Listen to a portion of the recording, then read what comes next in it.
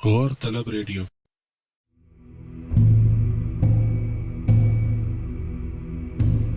بہت پرانے زمانے کی بات ہے، احقاف کے علاقے میں عاد نام کی ایک قوم رہا کرتی تھی۔ یہ بہت ہی طاقتور قوم تھی اور اللہ تعالیٰ نے اس قوم کے لوگوں کو دیگر قوموں کے مقابلے میں بہت ہی طاقتور بنایا تھا۔ یہ لوگ اپنے جسم، قد، ڈیل ڈول وغیرہ سے لہیم و شہیم پہلوان نظر آتے تھے، اور دوسری قوموں کے لوگ ان کے سامنے بونے نظر آتے تھے، اور یہ دیکھنے سے ایسے لگتے تھے کہ جیسے ان کے جسم فولاد کے بنے ہوئے ہیں۔ یہ جس قوم سے بھی جنگ کرتے یا لڑتے تو تھوڑی ہی دیر میں اس قوم کو شکست دے دیتے تھے، اور کوئی دوسری قوم ان کو شکست نہیں دے پاتی تھی۔ اللہ تعالیٰ نے بھی ان کی ہر چیز میں برکت ڈال دی تھی۔ ان کی وادیاں اونٹوں، گھوڑوں اور بکروں سے بھر گئی تھی۔ ان کے کھیتوں میں فصلیں بھی بہت زیادہ ہوتی۔ ان کو اللہ تعالیٰ نے بیٹے بھی عطا کیے۔ غرض یہ کہ اللہ تعالیٰ نے ان پر اپنی نعمتوں کی خوب بارش برسائی۔ جب دولت و ثروت بہت زیادہ آ گئی تو اس خوشحالی کی وجہ سے یہ لوگ عیش و عشرت میں پڑ گئے اور بلند بلند عمارتیں تعمیر کرنے لگے، اور ان عمارتوں کی تعمیر کا مقصد رہائش نہیں بلکہ فخر و غرور اور طاقت کا اظہار ہوا کرتا تھا۔ خود تو وہ خیموں میں رہتے تھے۔ یہ عیش و عشرت میں اس حد تک گم ہو گئے کہ انہیں اپنے آباء و اجداد کی سنائی ہوئی کہانی طوفان نوح بھی یاد نہ رہی، حالانکہ اس کے نشانات ان لوگوں نے خود دیکھے تھے۔ وہ یہ بھی بھول گئے کہ اللہ تعالیٰ نے نوح علیہ السلام کی قوم کو طوفان کے عذاب سے کیوں ہلاک کیا تھا۔ طوفان نوح کے بعد کا زمانہ کیونکہ انہی اہل ایمان افراد پر مشتمل تھا جو حضرت نوح علیہ السلام پر ایمان لائے تھے، لہٰذا دنیا سے بت پرستی ختم ہو چکی تھی۔ ہر طرف توحید و رسالت کا چرچا تھا، لیکن وقت کے ساتھ ساتھ شیطان ان لوگوں کو توحید و رسالت کی دعوت سے غافل کرتا رہا، کیونکہ اسے سیدنا آدم علیہ السلام اور ان کی اولاد سے دشمنی تھی، اور اس نے اللہ تعالیٰ کے حضور یہ بھی کہا تھا کہ وہ آدم کی اولاد اور اللہ کے بندوں کو ضرور بہکائے گا۔ اب کیونکہ عرصہ دراز سے سیدنا نوح علیہ السلام کے بعد کوئی پیغمبر بھی نہیں آیا تھا، اور لوگ توحید کی دعوت سے غافل ہونے لگے، خاص طور پر قوم عاد تو بالکل ہی غافل ہو گئی تھی۔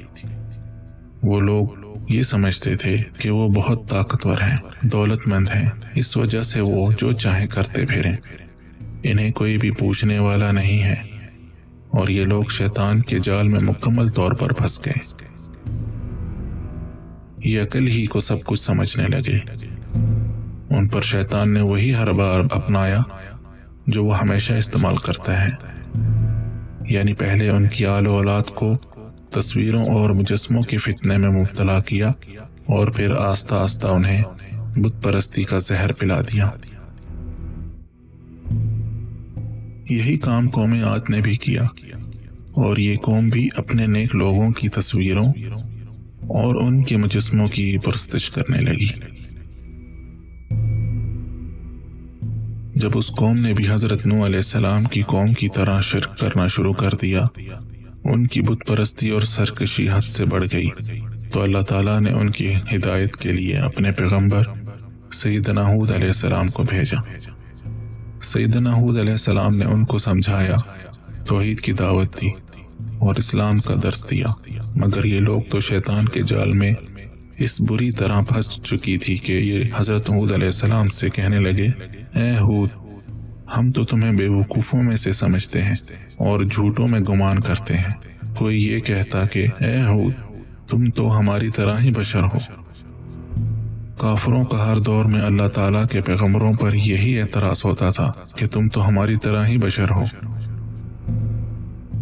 ان اعتراضات کے باوجود حضرت ہود علیہ السلام اللہ تعالیٰ کے پیغام ان لوگوں کو پہنچاتے رہے۔ آپ ان کے پاس بار بار جاتے اور پیار سے سمجھاتے کہ اے میری قوم، تم ان بتوں کی پرستش کیوں کرتے ہو جنہیں تم نے اپنے ہاتھوں سے تراشا ہے؟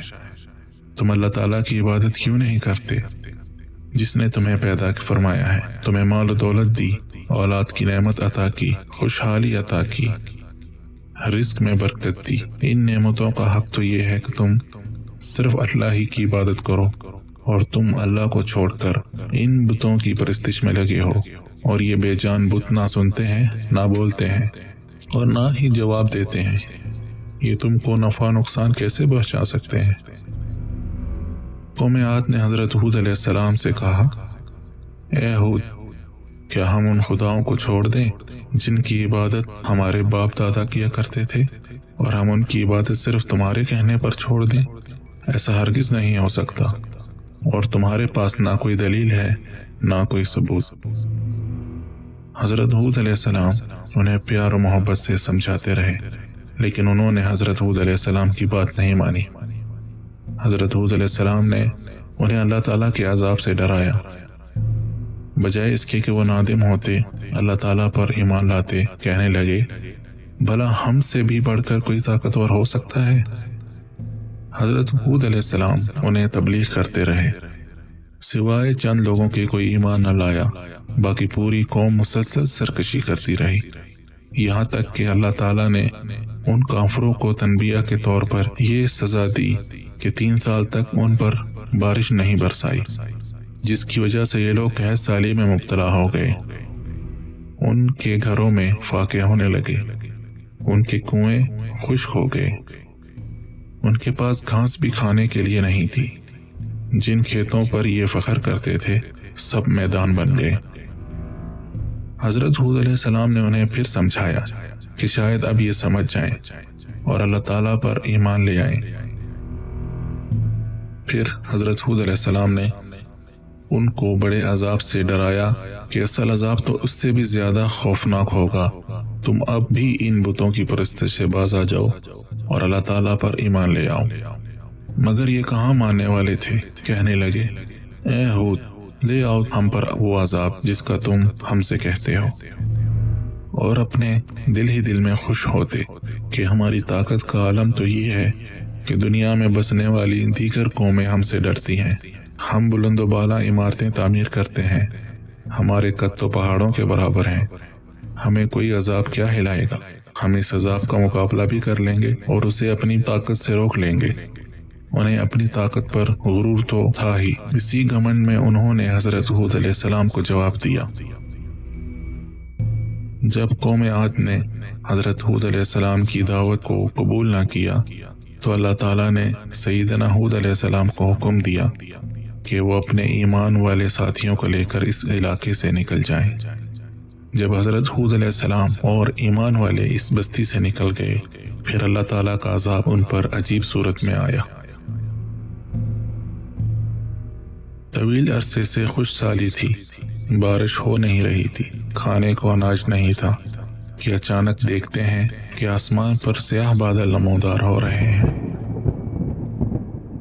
وہ بادلوں کو دیکھ کر خوشیاں منانے لگے کہ اب یہ بادل ہم پر برسیں گے اور ایک مرتبہ پھر خوشحالی ہمارے پاس آئے گی۔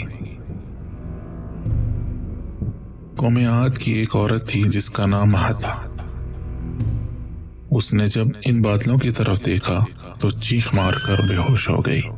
لوگ بہت حیران ہوئے کہ ابھی تو یہ اچھی بھلی تھی اور بادلوں کو دیکھ کر خوف زدہ ہوئی اور چیخ مار کر بے ہوش ہو گئی۔ جب اسے ہوش آیا تو لوگوں نے پوچھا، اے مہد، تو نے کیا دیکھا جو بے ہوش ہو گئی؟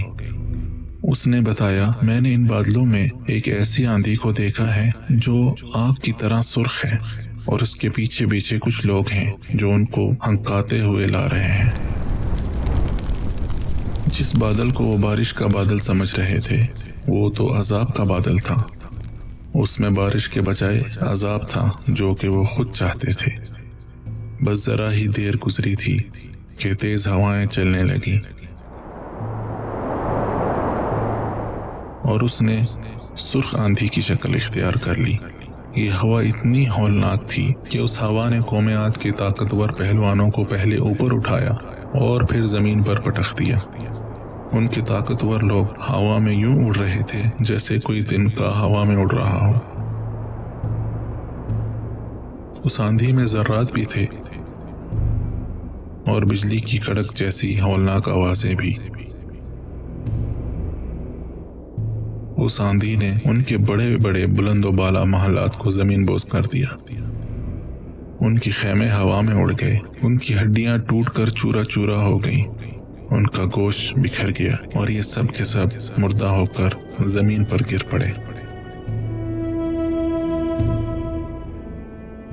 یہ آندھی مسلسل 8 دنوں تک چلتی رہی، یہاں تک کہ زمین پر قوم عاد کا نشان مٹ گیا، اور وہ قوم جو اپنی طاقت پر گھمنڈ کیا کرتی تھی اپنے بلند و بالا محلات پر اتراتی تھی، کھجور کے کھوکھلے تنے کی طرح زمین پر پڑی ہوئی تھی۔